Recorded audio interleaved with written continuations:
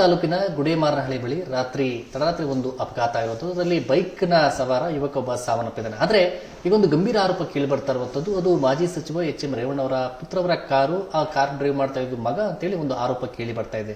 ನಿಜವಾಗಿಯೂ ರಾತ್ರಿ ನಡೆದಿದ್ದೇನು, ಆ ಕಾರ್ ಡ್ರೈವ್ ಮಾಡ್ತಾ ಇದ್ದಿದ್ದು ಯಾರು ಅಂತೇಳಿ ಈ ಬಗ್ಗೆ ಸ್ವತಃ ನಮ್ಮ ಜೊತೆ ಮಾತನಾಡೋದಕ್ಕೆ ಗ್ಯಾರಂಟಿ ಯೋಜನೆಗಳ ಅನುಷ್ಠಾನ ಸಮಿತಿ ಅಧ್ಯಕ್ಷರಾಗಿರುವಂತಹ ಎಚ್.ಎಂ. ರೇವಣ್ಣ ಅವರು ಇದ್ದಾರೆ. ಅವರನ್ನೇ ಮಾತಾಡಿಸ್ತೀನಿ. ಆ ಕಾರ್ ಯಾರದ್ದು, ಯಾರು ಡ್ರೈವ್ ಮಾಡ್ತಾ ಇದ್ರು, ನಿಜವಾಗ ರಾತ್ರಿ ಏನು ಘಟನೆ ಆಯಿತು ಅದ್ರ ಬಗ್ಗೆ ಅವರನ್ನೇ ಮಾತಾಡಿಸ್ತೀನಿ. ಸರ್, ಈಗ ಒಂದು ಗಂಭೀರ ಆರೋಪ ಕೇಳಿ ಬರ್ತಾ ಇರುವಂಥದ್ದು, ತಮ್ಮ ಮಗ ಶಶಾಂಕ್ ಅವರು ಡ್ರೈವ್ ಮಾಡ್ಕೊಂಡ್ಬಂದು ಒಂದು ಹಿಟ್ ಅಂಡ್ ರನ್ ಆಗಿ ಅದರಲ್ಲಿ ಯುವಕ ಸಾವನ್ನಪ್ಪಿದ್ದಾನೆ ಅಂತ. ಆದರೆ ಏನಾಯಿತು ಸರ್ ರಾತ್ರಿ? ನಿಮಗಿರುವಂಥ ಮಾಹಿತಿ ಪ್ರಕಾರವಾಗಿ ಅಲ್ಲಿ ಇನ್ಸಿಡೆಂಟ್ ಏನಾಗಿದೆ ಅನ್ನೋದ್ರ ಬಗ್ಗೆ.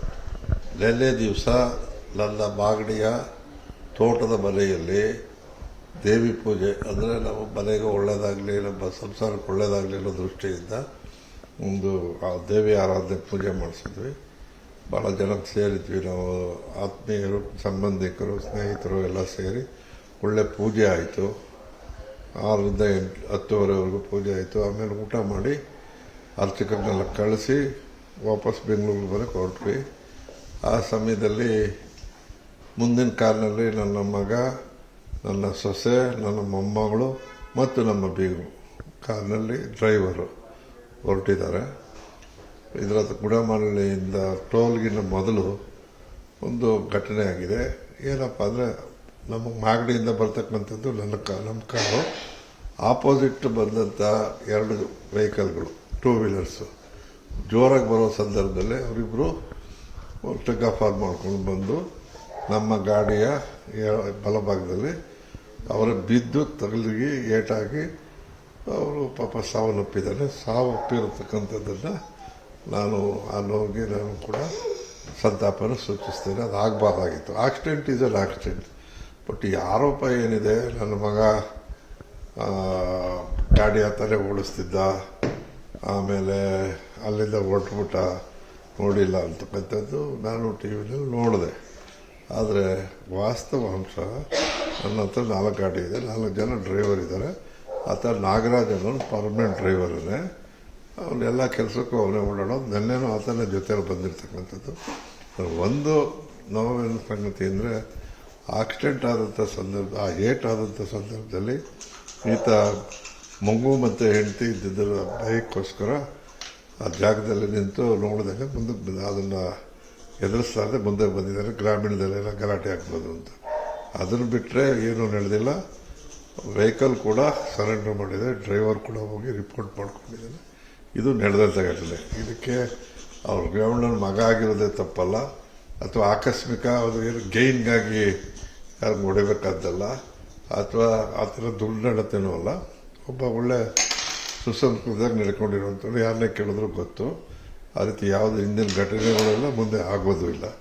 ಅದು ಆಕಸ್ಮಿಕವಾದಂಥ ಘಟನೆನ ಈ ರೀತಿ ಬಿಂಬಿಸ್ತಾ ಇದ್ದಾರೆ. ಆಮೇಲೆ ಆ ಕ್ಷೇತ್ರ ರಾಜೇಶ್ ಅಂತ ಏನು ಮಾತಾಡ್ತಾ ಇದ್ದಾರೆ, ಅವರು ಕೂಡ ನನ್ನೂರೇ, ನನ್ನ ಕ್ಷೇತ್ರದ ವೋಟರ್ಸೇ. ಅವ್ರ ಜೊತೆಲೂ ಮಾತಾಡ್ತೇನೆ. ಆದರೆ ಆತ ಈ ನಡೆದಂಥ ಏನು ಆಕ್ಸಿಡೆಂಟ್ ಅಂತೀವ, ಆಗಬಾರ್ದಾಗಿತ್ತು. ಆ ನೋವನ್ನು ಬರೆಸ್ತಕ್ಕಂಥ ಧೈರ್ಯನ ದೇವರವರಿಗೆ ಕರುಣಿಸಲಿ ಕುಟುಂಬಕ್ಕೆ ಅಂತ ಹಾರೈಸ್ತೀನಿ.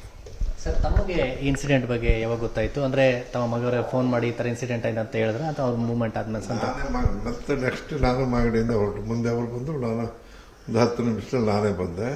ಬಂದು ನೋಡಿದಾಗ ಅಲ್ಲಿ ಊರಿನವರು 4-5 ಜನ ನಿಂತಿದ್ರು. ನಾನು ನೋಡಿದೆ. ಆಮೇಲೆ ಇದಕ್ಕೆ ಆಂಬುಲೆನ್ಸಿಗೆ ಫೋನ್ ಮಾಡಿ ತರಿಸಿ ಬಾಡಿನ ಲಿಫ್ಟ್ ಮಾಡಿಸಿ ನಾನು ವಾಪಸ್ ಬಂದೆ. ಇಷ್ಟು ನಡೆದಂಥ ಘಟನೆ. ಇದನ್ನು ಬಿಟ್ಟರೆ ಇನ್ನೇನು ನಡೆದಿಲ್ಲ. ಇದನ್ನು ನಮಗೆ ಹೇಳ್ತಾ ಇದ್ದೀನಿ. ಇದರಲ್ಲಿ law will take its own course. ನೆಲದ ನ್ಯಾಯ ಎಲ್ಲರಿಗೂ ಒಂದೇ, ಏನಾಗುತ್ತೋ ಹಂಗಾಗಲಿ.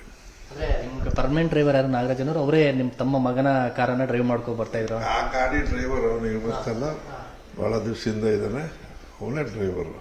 ಸುಮ್ಮನೆ ಇವರು ಇವತ್ತು ನನ್ನ ಮಗ ಓಡಿಸ್ತಿದ್ದ ಅನ್ನೋದು, ಮಾಗಡಿನಲ್ಲಿ ಪಾರ್ಟಿ ಮಾಡ್ತಿದ್ದ ಅಂತಕ್ಕಂಥದ್ದು, ಇವೆಲ್ಲ ಸತ್ಯಕ್ಕೆ ದೂರವಾದಂಥ ವಿಷಯಗಳು. ಒಂದು ತಪ್ಪೇನಪ್ಪ ಅಂದರೆ, ಅದನ್ನು ನಾನು ಆ ಘಟನೆ ನಡೆದಂಥ ಸ್ಥಳದಲ್ಲಿ ನಿಲ್ಲಿಸಿಲ್ಲ ಅಂತ ಒಂದಿದೆ.